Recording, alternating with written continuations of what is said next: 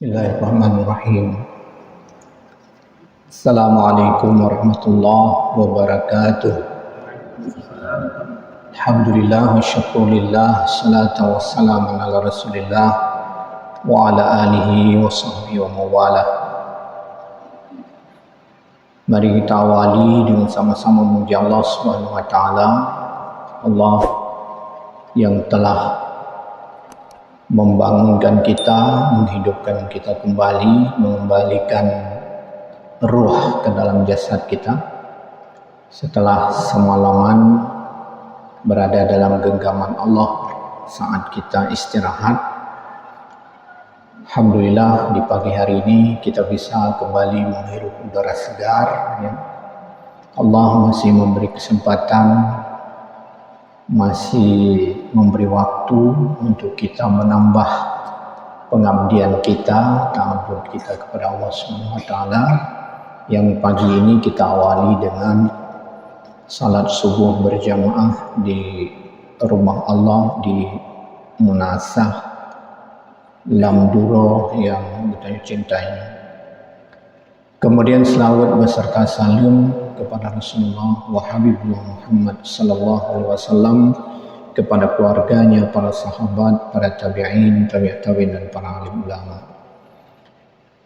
Tungku-tungku, bapak-bapak, saudara-saudara, gure-gure, umi-umi, hadirin dan hadirat sidang salat subuh, jamaah subuh dan yang dimuliakan Allah Subhanahu wa taala. Pada pagi yang berbahagia ini, mengingat waktu beberapa hari lagi kita akan memasuki bulan suci Ramadan, ada jamaah yang menyarankan agar kita melihat-lihat, mengulang-ulang seputar asyam, ya, tentang kitab asyam. Ya, walaupun mungkin kita comot-comot di sana sini karena menghabiskan membaca satu atau dua pertemuan tentu tidak akan selesai.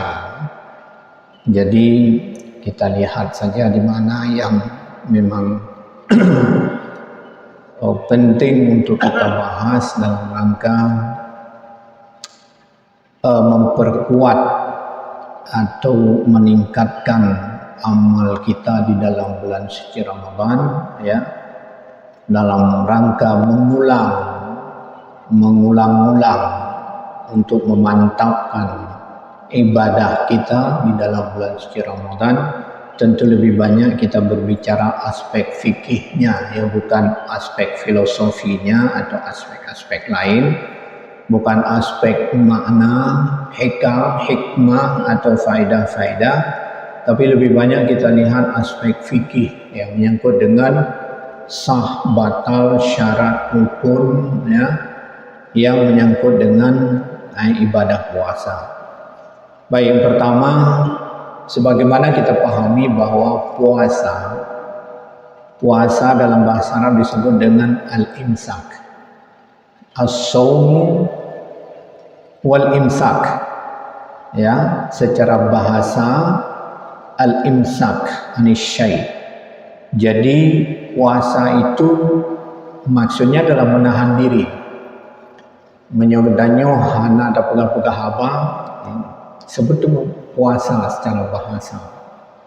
Mutlaqul imsak, ya, dalam ayat, ya, hikayah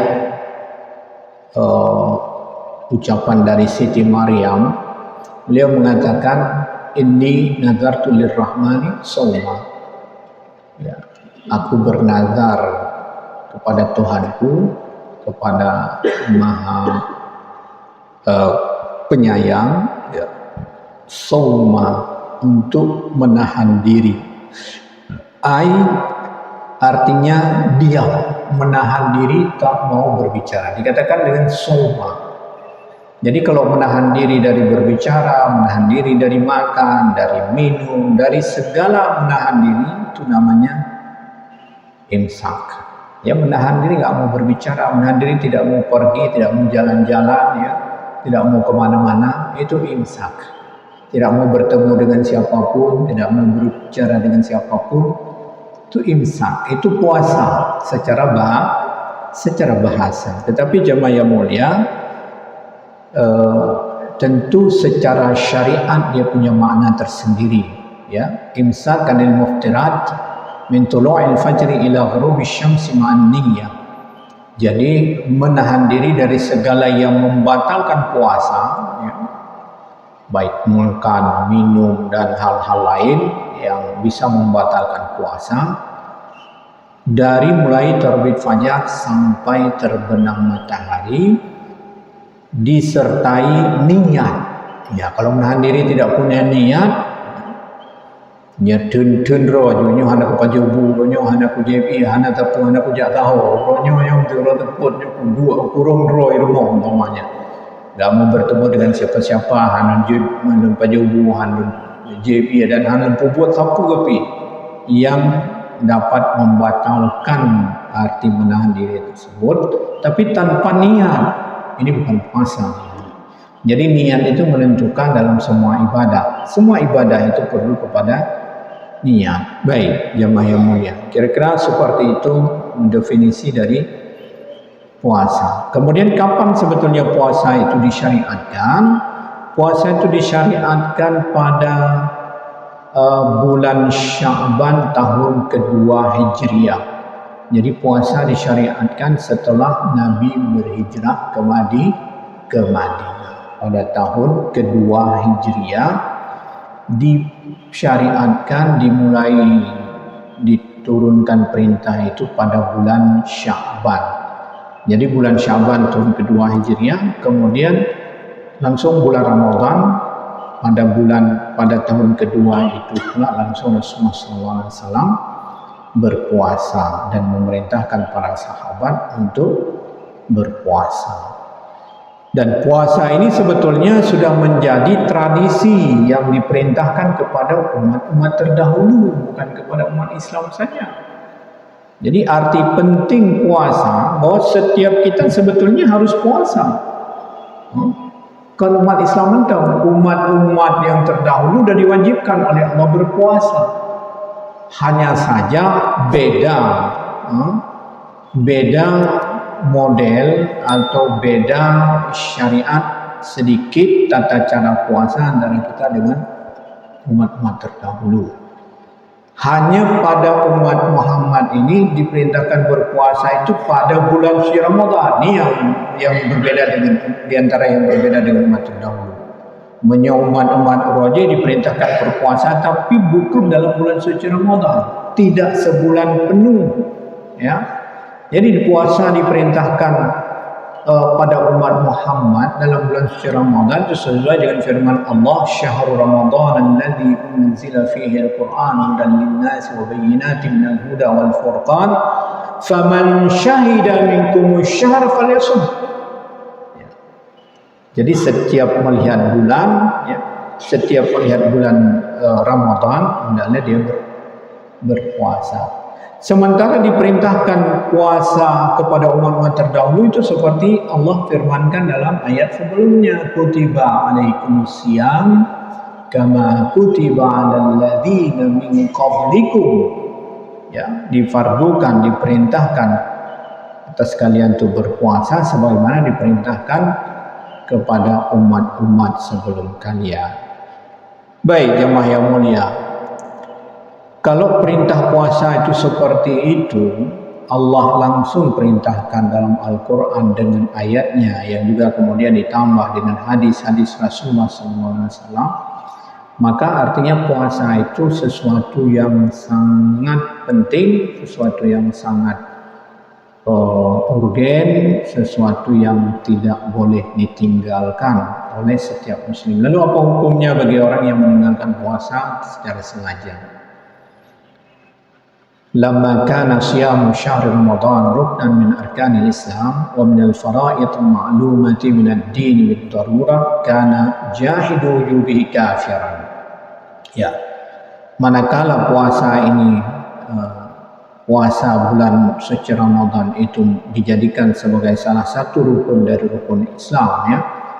Puasa itu rukun keberapa, ya? Rukun ke empat, ya.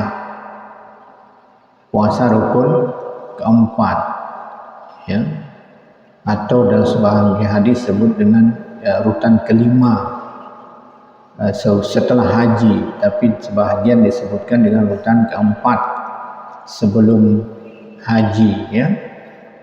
Jadi sebetulnya setelah salat, ya, kemarin kita bahas bab salat, ya, kitabus salat atau fiqhus salat namanya. Maka kalau urutannya zakah setelah itu, ya. Tapi ini karena memang menjelang bulan suci Ramadan dan kita salat juga belum habis membahas, ya, karena ini mungkin penting, kita langsung lompat ke bab puasa.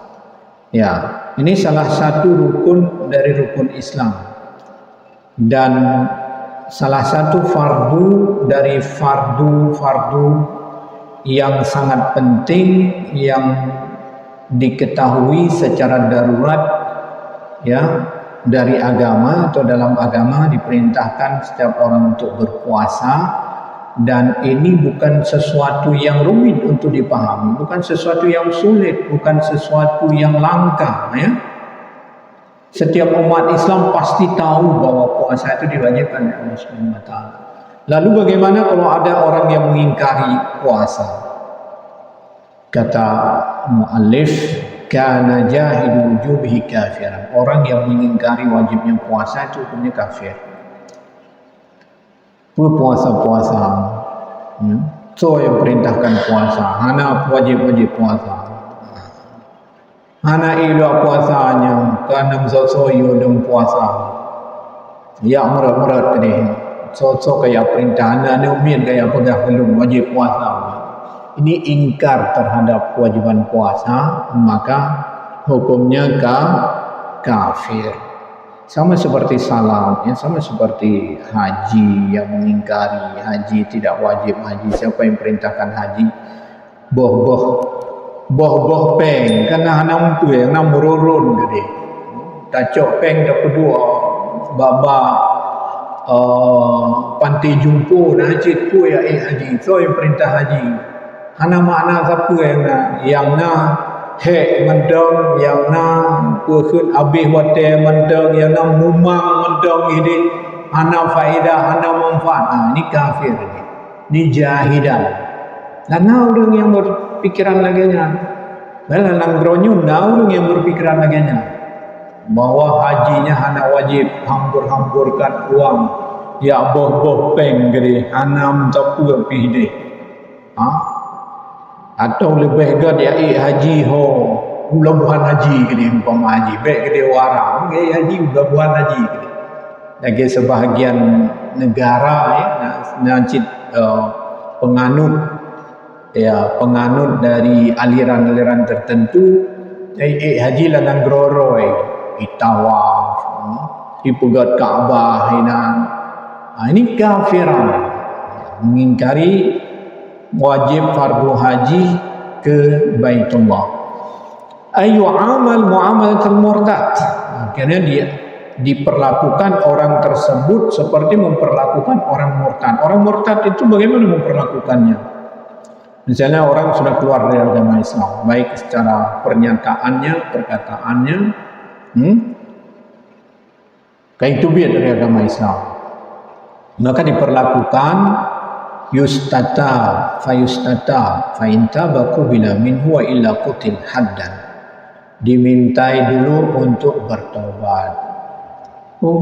Ditobat hai ben pegahnya ditobat yang ron ka murtad yang ron ka tubir dari agama Islam ditobat hai miu ka pegahana wajib puasa hana so yang wajib puasanya yo ikut puasa hana dalil hananya hana ji macam-macam hana ya perintah lu puasa.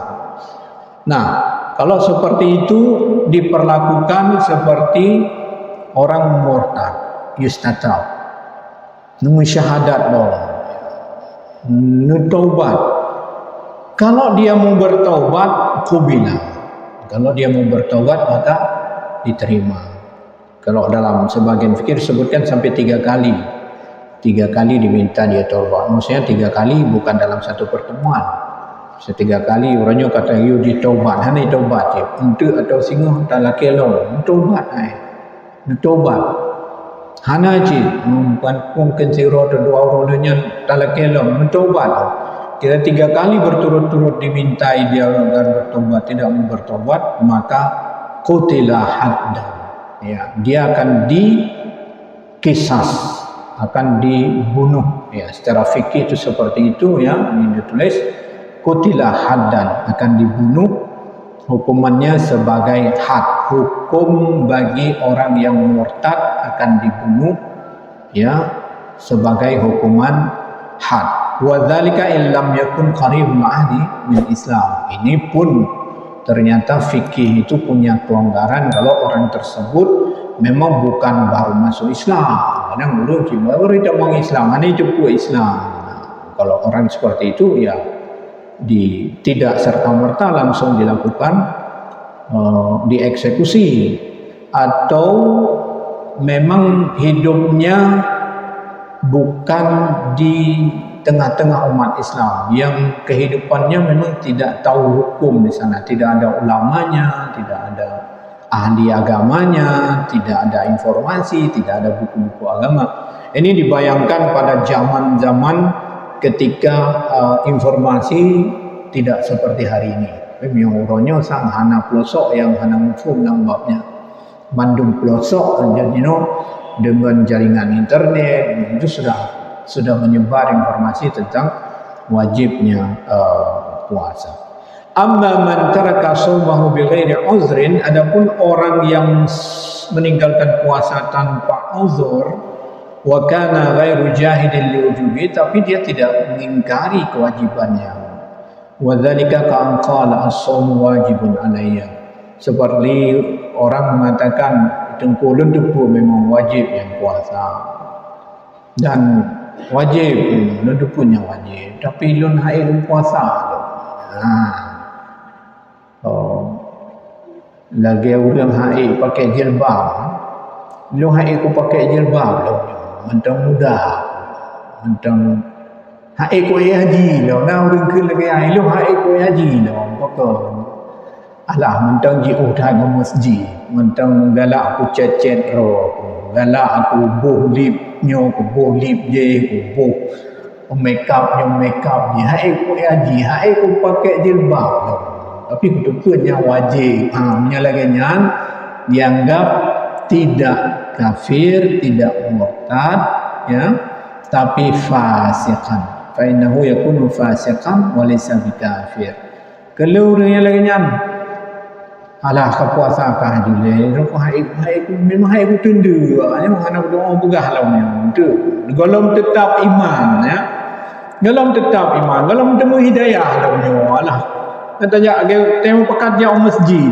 Aja masjid dah ke bang, pakai kah ni ro orang apa pakaian. Nyo kuto silu, saya kata pakai jauh masjid ka, silu nyo kuto. Baje nyo kuto. Aja kah ni kodele. Ni lagi-lagi nyan itu memang tidak kafir, dia tidak mengingkari, tapi meninggalkan fasikan ya. Katanya fasikan, fasik walaysa bikafir. Wajib ala hakimil muslim habasuhu wa man'uhu minat ta'am. Jadi kalau pemerintah Islam terbangun ya, maka orang-orang seperti itu wajib ditahan di penjara. Nyan berlaku sampai Aceh ni orang yang dah sudah mau dalam penjara. Tak ada orang puasa, jika lalu. Yang menyona guci atau mukim atau so atau camat atau sebuah wilayah mungkin ya menerapkan hukum-hukum syariat. Payah tak drop orang laganya, payah tak tahu orang kerengkeng ni mana. Maka naik puasa tu. Maaf cakap kadang saudara-saudara kita, ya kalau sudah bulan suci Ramadan dia bekerja. Kau bekerja atau memang bekerja sepanjang tahun. Bekerja sepanjang tahun, bulan suci Ramadan pun tidak berhenti bekerja. Misalnya, maaf ya, bukan menghina, misalnya tukang bangunan. Ya. Banyak fenomena kita lihat, enggak puasa. Ya alasannya nggak sanggup puasa karena kerjanya berat sekali. Memang dilematis kalau kita pikir. Kita kadang bekerja sepanjang tahun, nyuracekeun kerja orang malam yang nanti puasa dengan semayang lain tapi nanti kerja sepanjang tahun hana pre kerja tapi yang nanti yang puasa dengan semayang yang tali kepeng Rp5 ada yang tipeng nanti Orangnya kalau kita bisa bekerja, misalnya tidak sanggup berpuasa kalau bekerja dalam bulan suci Ramadan, ya sudah menjelang bulan suci Ramadan kita berhenti bekerja. Misalnya untuk fokus, ya berarti bekerja berat yang seperti itu. Mungkin alihkan ke pekerjaan-pekerjaan yang lain agar tidak terganggu puasa. Kalau memang itu alasannya. Karena puasa ini bukan alasan untuk meninggal, untuk tidak bekerja sebetulnya. Ya, bukan alasan untuk tidak bekerja. Tapi kalau itu dibuat jadi alasan, ya sudah, bulan puasa cari pekerjaan yang lebih ringan agar sanggup berpuasa. Kalau tidak berpuasa yang memperlakukan syariat Islam, maka pemerintah harus memenjara orang-orang seperti itu dan melarangnya untuk makan. Hanya puasa, tapi hanya baju sapu. Hanjat je iya, bek jo, bu bek je iya, menang sampai tu ada orang lain buka puasa baru je jo.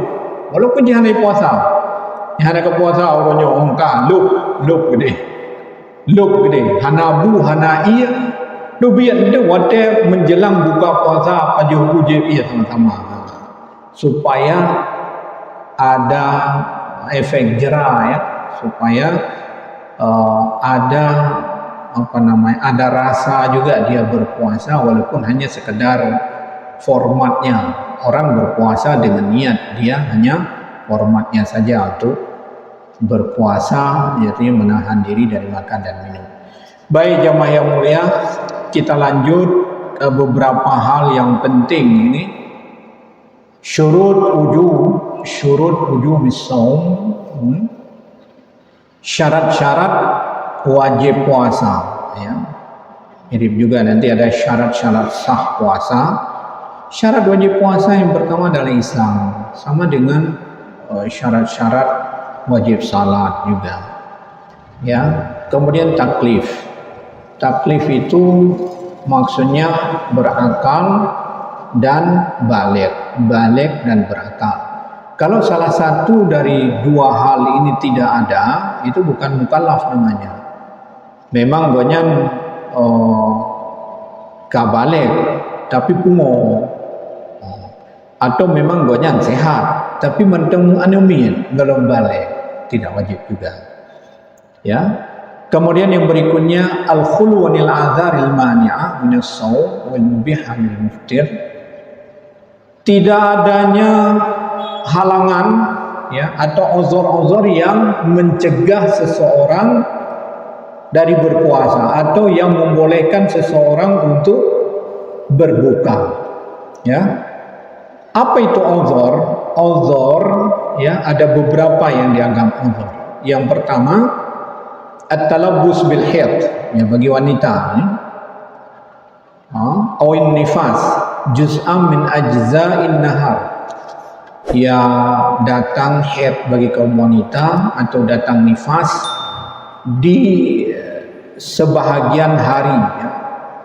Kapanpun kalau sudah datang haid di siang hari, ini tak wajib lagi berpuasa, harus berbuka, ya. Tapi orang perempuan yang tidak berpuasa dalam bulan Ramadan ini wajib diqadha di bulan lain, ya, sebagaimana kita ketahui atau sering dilaksanakan. Ada rukhsah bagi orang perempuan yang tidak wajib untuk diqadha, itu salat. Sembahyang memang tidak wajib diqadha, ya, sama-sama tidak boleh dilaksanakan ketika datang haid. Tetapi beda antara salat dengan puasa, ya. Salat itu tidak wajib diqadha di hari-hari yang lain kalau kaum wanita meninggalkan salat pada waktu datang bulannya. Sementara puasa, ya, kalau dalam bulan suci Ramadan mereka meninggalkan puasa karena datang bulan, maka wajib diqadha. di bulan-bulan yang lain. Rasulullah sallallahu alaihi wasallam memerintahkan Siti Aisyah ya untuk mengqadha puasa, tidak mengqadha salat. Kata Siti Aisyah, kunna nu'maru bi qada'is shaum wa la nu'maru bi qada'is salat. Kami diperintahkan untuk mengqadha puasa tapi tidak diperintahkan untuk mengqadha salat. Alasannya sebetulnya sederhana. Karena puasa ini sedikit ya, tidak banyak. Maka untuk mengqadhanya mudah. Tapi salat, kalau kaum wanita itu diperintahkan untuk mengqadha salat, nggak bisa dibayangkan. Keteter. Ya, yang tinggai-tinggai uro biasa mendem kadang-kadang tua belum yang tinggai kamu bulan dan mau dah uro misalnya urinum sebanyak-banyak haid itu 15 hari dalam mazhab Syafi'i ya, dalam mazhab Abu Hanifah bisa sampai 17 hari. Maka sekurang-kurang suci itu 15 hari. Kalau 15 hari tinggal salat ya, kemudian 15 hari salat, dia 15 huruf katingai lo. 15 huruf tinggai lo. Dia 15 huruf katingai lo. Tinggai je hang tengok 15 huruf. 15 huruf ya. Masa mengqadhanya 15 hari. Kemudian katruh lo masa tinggal salat. Akhirnya akan banyak sekali. Itu sangat memberatkan bagi kaum wanita. Itu hikmah Allah Subhanahu wa taala bahwa ada keringanan bagi kaum wanita ketika masa haidnya tidak perlu, kalau tidak boleh melaksanakan salat dan juga tidak diwajibkan untuk mengqadhanya. Adapun puasa kalau tidak diqadha ya, maka bisa jadi enggak dapat puasa. Umpamanya orang melahirkan atau menyusui ya, nyo anak pun puasanya anak pun puasa tu ke anak kedua puasa tu ke lah anak ke dah tidur ngabong bukan ada buka main kamu jam tayangnya terlalu panjang banyak ya tidur ngabong maka kan ham demam puasa kayaknya mutiga nam demam puasa kalau tidak diwajibkan qadha ya maka tidak pernah sama sekali dapat puasa dalam hari. Menyunam 12 ni lagi urung jamu ke 12 tahun. Ana puasa-puasa alien nak sakit-sakit lo ane yang menyusui lo macam-macam lo. Maka seumur-umurnya mungkin enggak dapat puasa. Jadi karena itu bagus ini bahwa memang masuk akal ketika Allah Subhanahu wa taala memerintahkan kaum wanita untuk mengqadha puasa. Kemudian yang kedua yang dianggap al-a'dzab al-ighma atau al-junun. Al-ighma ya pingsan atau koma ya. Gaduh hakai dengar jak-jak kam tumpong atau kata kapungo ya, dengar jak-jak watete kapilih-pilih bro kan berartinya kau butuh kawan. Nyonya hanali al-mutbiq bayadul yawm kulli ya, yang katanya irma pingsan itu yang memenuhi hari. Jadi pingsan dari mulai awal sampai habis, mulai dari terbit fajar sampai terbenam matahari ya. Fa in afaqa walau lahdah minan nahar saqatal uzr wa wajaba imsak baqiyatul yawm. Tapi kata dalam mazhab Syafi'i ini, kalau ternyata seseorang itu yang pingsan atau pungo sempat sembuh walaupun sebentar, memang bunuh kakoma, tapi nyo kapuli bunuh kasawan ya, nyo pulih tian. Katanya ketika itu diwajibkan untuk menahan diri sampai selesai ya, sampai habis hari. Kalau ternyata dia bisa sembuh, diperintahkan untuk menahan diri. Karena itu tidak dianggap lagi sebagai orang uzur. Artinya nggak boleh makan minum, tetap menahan diri sampai selesai hari ya. Jangan nanti menganggap omai dah buka pungo, nyok kapuleh, bunuh pungo, nyok kapuleh, bangka puleh nyok kajet cok, semaju baju buku yang galak, tetap tidak dibenarkan, disuruh untuk menahan diri. Taib amal adzar al-mubihah lil iftar fahiyah. Adapun uzur-uzur yang membolehkan untuk berbuka, yang pertama al-marad alladhi yusabbibu li sahibihi dararan shadidan aw alaman aw inzi'ajan shadidain, amma in ishtadda al-marad aw al-alam bihaythu khashya ma'ahu ala nafsihi al-hilak wajib al-fitr inda idzin. Sakit, yang sakit itu dapat menyebabkan kemudaratan. Sakit, tapi punya sakit pun sakit ron. Sakit inong ngaki becutnya. Bahku tinggal puasa kan. Oh hanjir, yang sakit lagi pilek umpamaji. Jangan dijadikan sebagai sebab untuk berbuka puasa. Ini sakit yang apabila berpuasa bisa menyebabkan penyakitnya bertambah parah, membuat sembuhnya lama atau membuat dia binasa kalau berpuasa. Kata dokter, nyo obatnya najib aju, tapi dalam puasa nyo mihala najib aju ron masalah.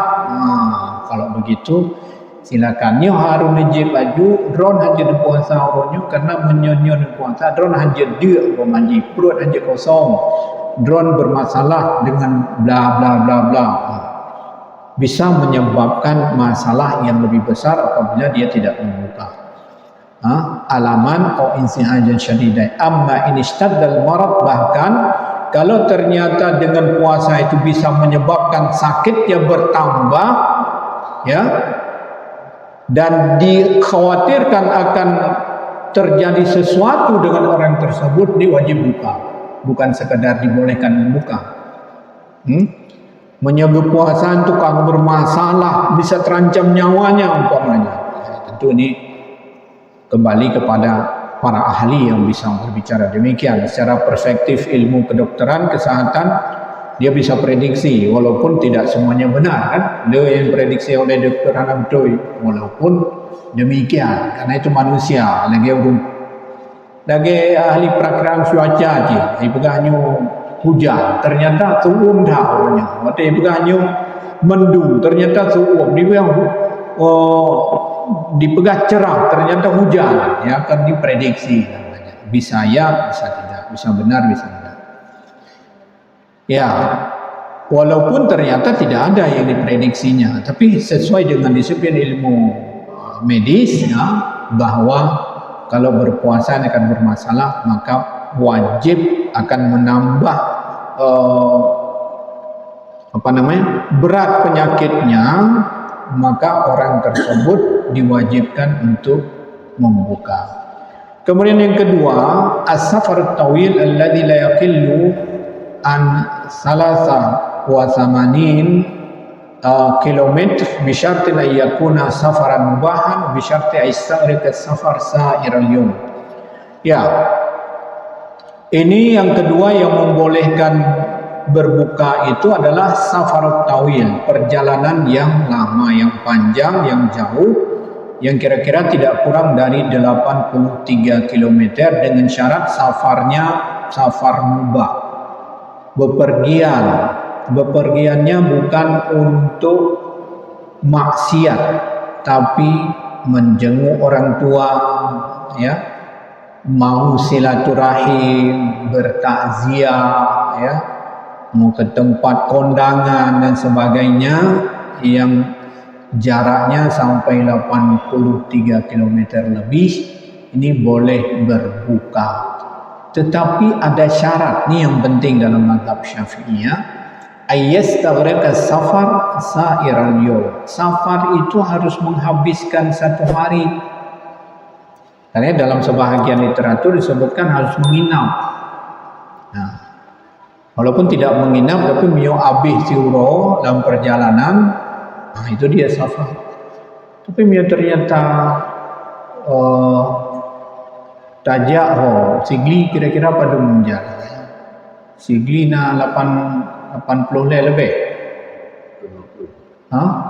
Serta 20 oleh cukup dah. Ke sigli cukup. Tapi dalam perjalanan oronyo 2 jam perjalanannya sudah tahu walau mailum musafir oronyo. Ini tidak dihitung musafir. Bene fikir ti ulung punya siglinyo anak payah puasa oronyo bakon karena musafir. Terus ke dia sigli positif euro alia podo belah kan terus ke dolong. Yang ke musafir namanya. Yang musafir itu harus habis. Juga ke sigli ya di sigli. Ha? Kalau sudah di sigli ya ke sigli. Habis waktunya menginap di sana ya.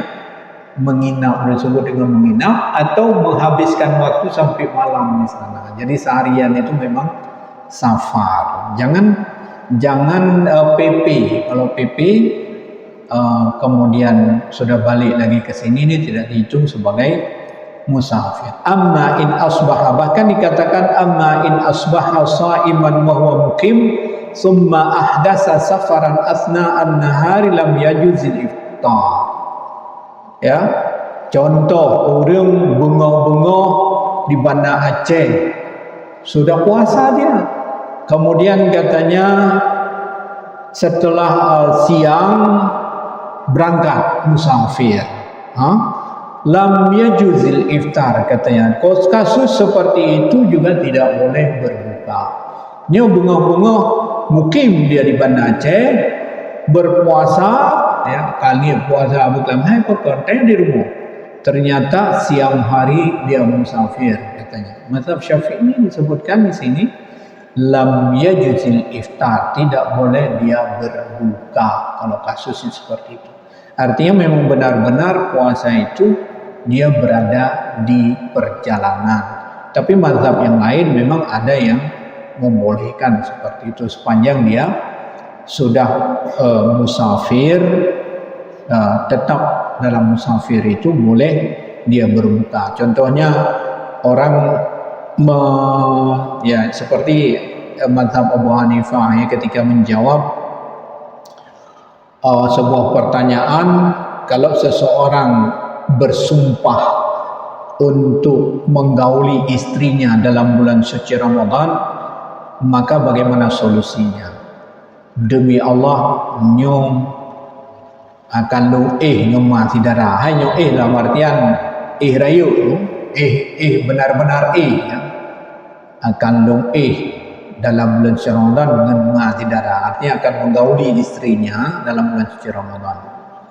Bagaimana supaya tidak melanggar puasa dan juga tidak melanggar sumpah? Karena lagi-laginya nyok belum puasanya saya akan menggauli istri saya demi Allah nyuhan kapati nyopacong nyopati nyopacong ya kan nyocong yang menyolagian gimana jawab oleh Abu Hanifah alaihi an yusafir ya, solusinya adalah orang tersebut melakukan safar. Solusinya dia safar. Tadi sudah puasa, dia safar. Maka kemudian di safar itu dia berbuka dan kemudian dia menggauli istrinya di perjalanan. Jadi artinya tidak melanggar puasa dan juga tidak wajib bayar kafarat sumpah. Wallahu a'lam bishawab. Wate kara potujung dapadai. Pada pertanyaan? Pakai pertanyaan mana? Oh nah, ya, silakan. Kiban?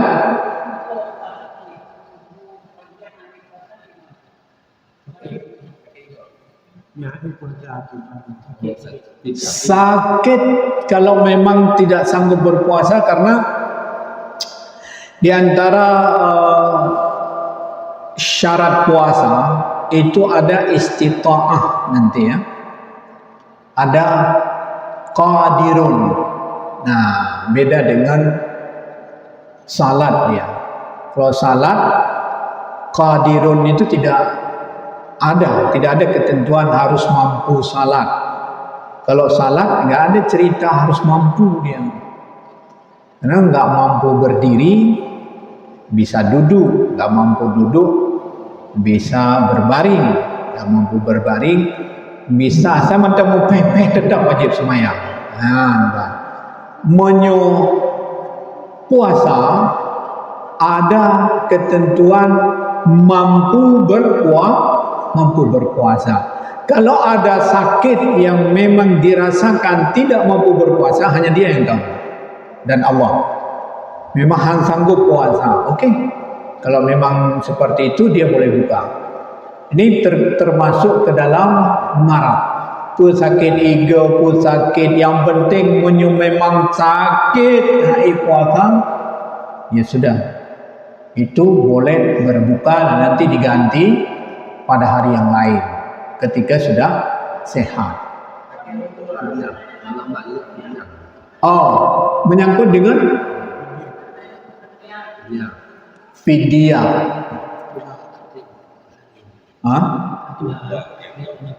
Oh, ya.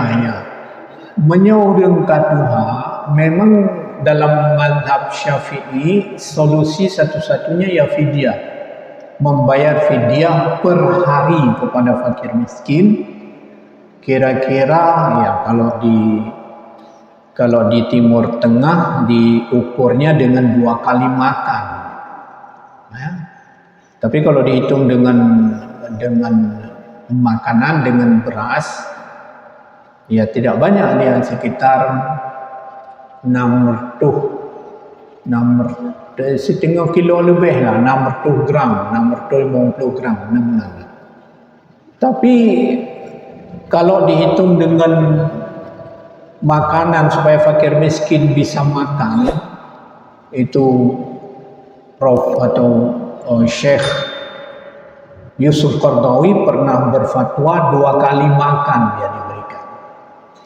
2 kali makan kira-kira menyum nasi bungkus uronyo padu nasi bungkus yang normal, jangan yang mahal, jangan yang murah dah. Karena yang murah nanti berapa ribu yang bungkus. Mau belah ribu, berarti kalau 2 kali makan satu hari itu 30.000. Kira-kira laganya. Walaupun nyata hitung ngambil hanatro undungan.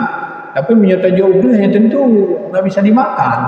Tajuk brih aja umpamanya kan. Walaupun fidyahnya dengan beras. Tapi bisa dimakan, bisa cukup untuk 2 kali makan di fatwa. Kalau mau diberikan beras sah juga.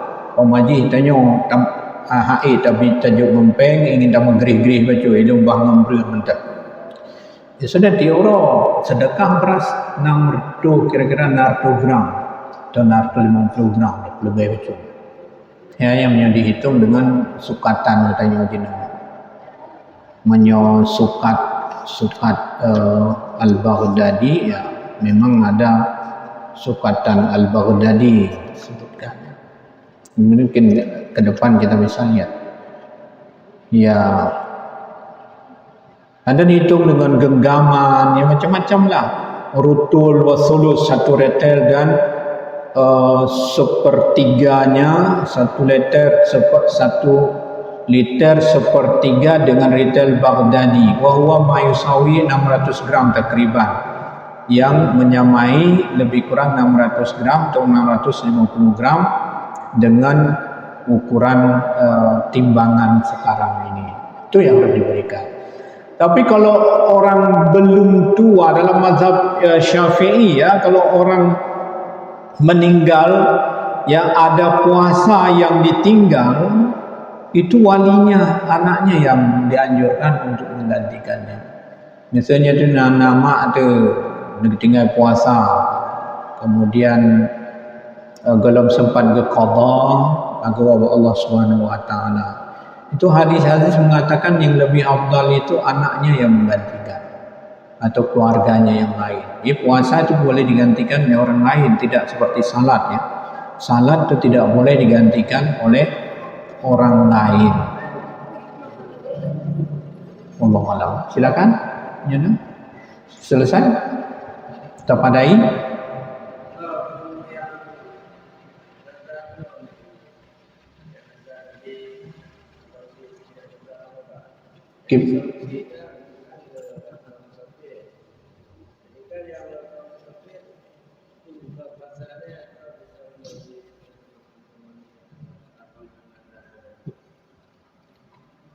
Ya, melakukan musafir dia langsung buka puasa, dia berbuka puasa, kemudian baru melanjutkan dengan ya nazarnya.